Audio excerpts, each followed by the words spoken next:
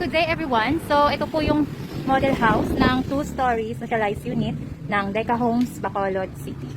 Ayan. So, ito po yung sample ng sala. Ayan. Ito dine-in. Ayan, ito po yung bathroom. And yung kitchen. So, bali yung sink nito, andito yung last time. So, nalipat na lang, kinuha na lang. And then, nag-build sila another kitchen sink and counter sa likod. Yung may available na space. Ala siya. Ari ang CR. And, sa likod. Tapos, check po natin yung taas. Ayan.